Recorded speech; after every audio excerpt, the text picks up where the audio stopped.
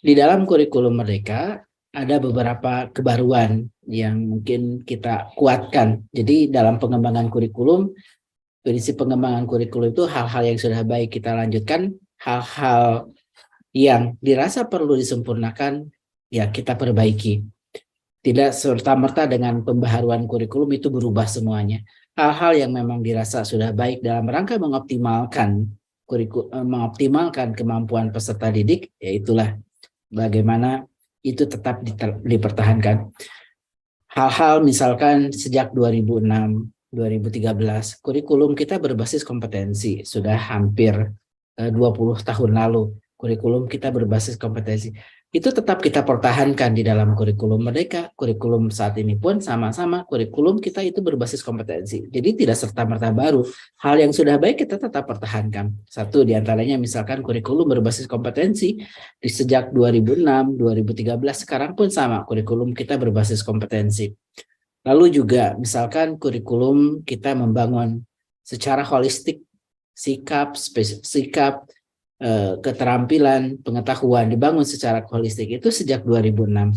2013 dilakukan dan kita pun sekarang tetap kita lakukan membangun kompetensi secara holistik, sikapnya, keterampilannya, pengetahuannya dibangun secara holistik. Di sebelumnya dibangun. Kurikulum mereka juga tetap membangun. Jadi tidak mengganti hal-hal yang sudah baik. Lalu kurikulum itu dibangun sesuai konteks daerah, satuan pendidikan, dan peserta didik. Itu sudah secara eksplisit dalam undang-undang di tahun 2003. Kita kuatkan dari kurikulum 2006, kurikulum 13, dan sekarang pun tetap kita bagaimana pengembangan kurikulum konteksnya sesuai karakteristik satuan pendidikan, peserta didik, dan daerah. Jadi hal-hal yang sudah baik itu tidak serta-merta kita ganti juga. Nah, hal-hal yang mungkin belum optimal, itulah yang kita lakukan pembaharuannya. Dalam rangka apa? Fokus kita adalah bagaimana meningkatkan kualitas belajar peserta didik.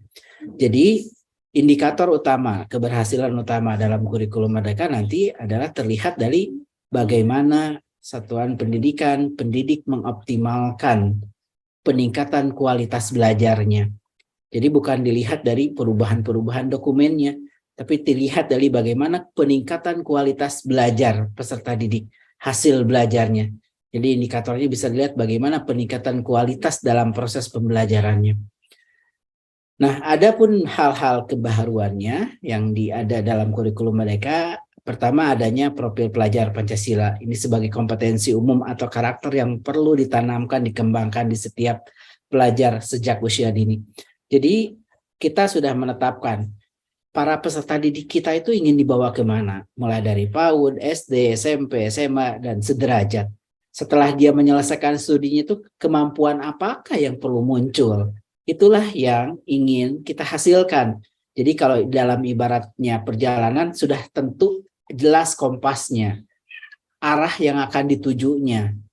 Jadi sudah jelas mana yang akan ditujunya.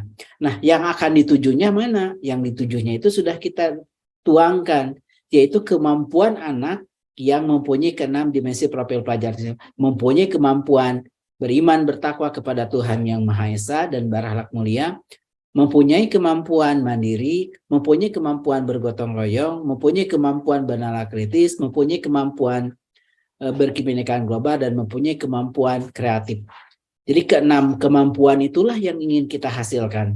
Nah, perwujudan dari itu pun maka kita sudah integrasikan keenam dimensi profil pelajar Pancasila ini ke dalam standar kompetensi lulusannya.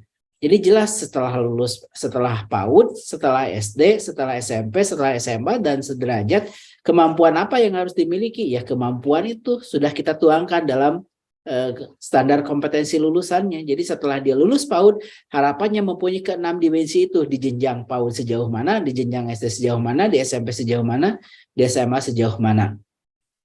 Jadi yang kita tuangkan di dalam keenam dimensi ini adalah kompetensi umum atau karakter. Jadi memuat kompetensinya dan karakternya juga. Nah, Ibu Bapak, untuk mencapainya, maka di dalam kurikulum Merdeka untuk mencapai kemampuan tadi, kompetensi dan karakter tadi, maka selain melalui intrakurikuler, ada juga suatu kegiatan pembelajaran yang untuk memperkuat langsung karakter para peserta didik itu. Maka kita berikan nama Proyek Penguatan Profil Pelajar Pancasila. Jadi kalau waktu belajar selama ini utamanya habis 100% untuk membangun intranya, akademiknya, kalau sekarang bukan hanya sekedar kemampuan akademiknya, tapi kemampuan karakternya juga itu perlu dibangun. Jadi kompetensi dan karakter itu dibangun di dalam proses pembelajarannya. Maka ada alokasi waktu bagaimana membangun akademiknya, mata pelajarannya, dan membangun karakternya. Lalu sebagai kompetensi yang dituju oleh para peserta didik ya, bagaimana membangun kompetensi yang dituju di dalam mata pelajarannya, itu ada yang sekarang sebut capaian pembelajaran. Nah, ini kompetensi yang dituju. Kalau di K13 kan kompetensi dasar yang ditetapkan kan sudah ditentukan urutannya per tahun. Nah, sekarang kita tetapkan kompetensi apa yang dituju di dalam mata pelajaran, maka kita tuangkan dalam capaian pembelajaran yang kita tetapkan per fase. Di SD setiap fasenya itu setiap 2 tahun, di SMP dalam 1 fase, di SMP 2 fase. Jadi waktunya kita lebih longgarkan. Kalau sebelumnya per tahun dan ditentukan urutannya, kalau sekarang kita tetapkannya per fase. Di SD per 2 tahun, di SMP 3 tahun. Pokoknya siswa di akhir fase mempunyai kemampuan tersebut.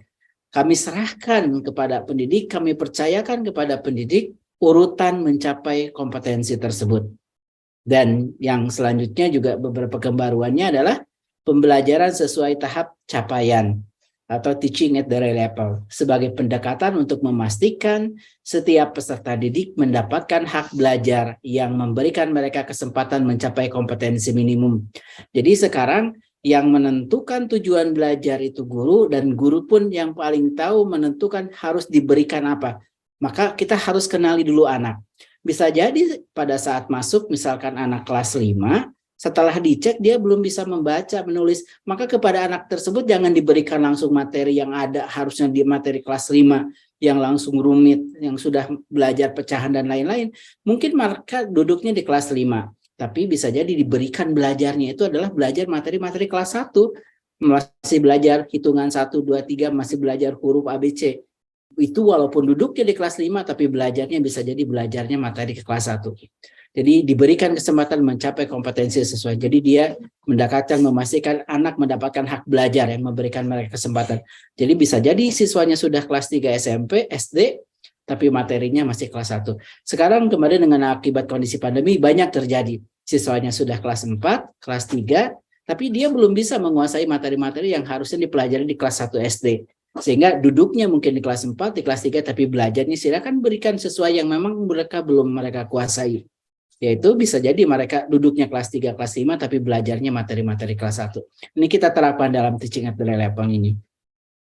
Lalu juga untuk memperkuat, mendukung pembelajaran sesuai tahap capaian juga kita perkuat asesmen formatif, dan dalam rangka membantu satuan pendidikan, dalam rangka mengimplementasikan kurikulum Merdeka ini kami sudah menyiapkan contoh-contoh perangkat ajarnya. Jadi kami sudah membuat beberapa video untuk melakukan penyampaian bahwa untuk menyikapi kurikulum Merdeka ini, fokus utama indikator keberhasilan itu bukan dilihat dari beban-beban administrasi, kepatuhan-kepatuhan dokumen-dokumen administrasinya, tapi bagaimana lihat indikator keberhasilan itu dalam rangka peningkatan kualitas belajarnya.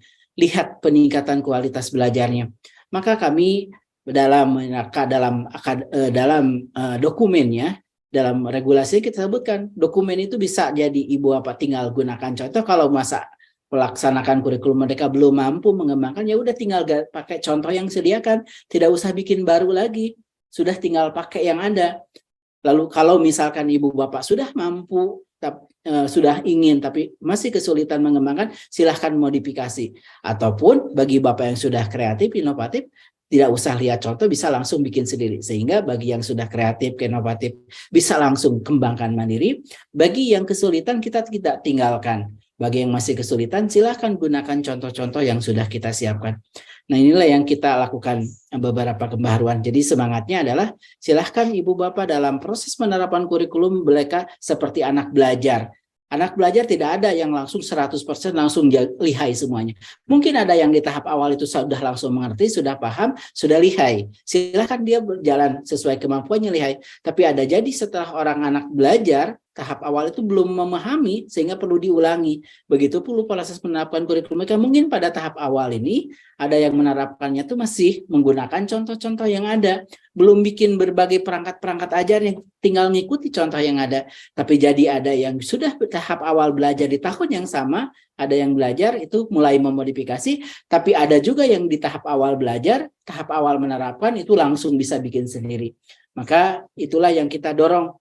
Jadi kalau sebelumnya mengikuti harus pola yang sama, standar yang sama, kalau sekarang sesuaikan tahap kemampuan masing-masing. Mungkin bagi sekolahnya yang sudah mampu mengembangkan mandiri, ya udah kembangkan mandiri.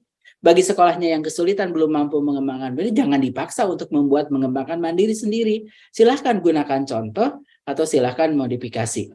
Nah, itu yang kita dorong di dalam kurikulum Merdeka.